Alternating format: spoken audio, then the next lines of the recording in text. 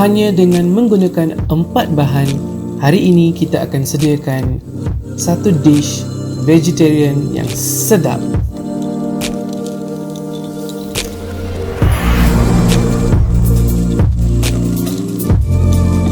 Watch Malaysian Indian cooking with grandmother approved recipes and tips. Like, share and subscribe. Thank you for helping us grow. You're watching The Spice Table, Season 2 on the Diaus channel. Black pepper cabbage. 4 bahan. Kubis, bawang putih, lada hitam dan sedikit minyak bijan. Itu je. Pertama, rendamkan kubis dalam air dan sedikit garam.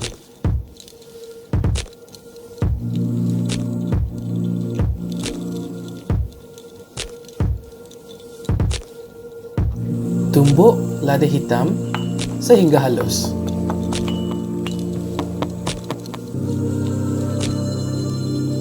Cincang bawang putih juga halus.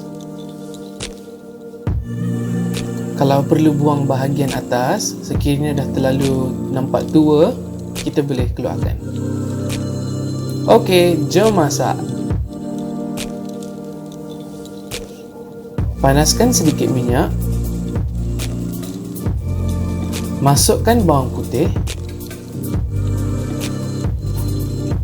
Tumis sehingga golden brown. Masukkan kubis. Dan selepas ni, semua step kita kena buat cepat-cepat. Barulah dish kita akan crunchy dan memang manis dan sedap.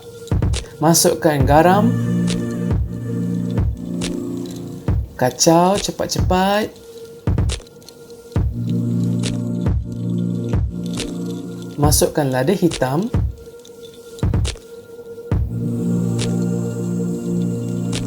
Kalau kita nak kubis tu manis dan crunchy, kita kena siapkan cepat-cepat. Dalam masa 2 minit dah kena settle. Last kali masukkan sedikit minyak bijan dan tutup api. One final mix dan dish black pepper cabbage kita dah sedia. Simple kan?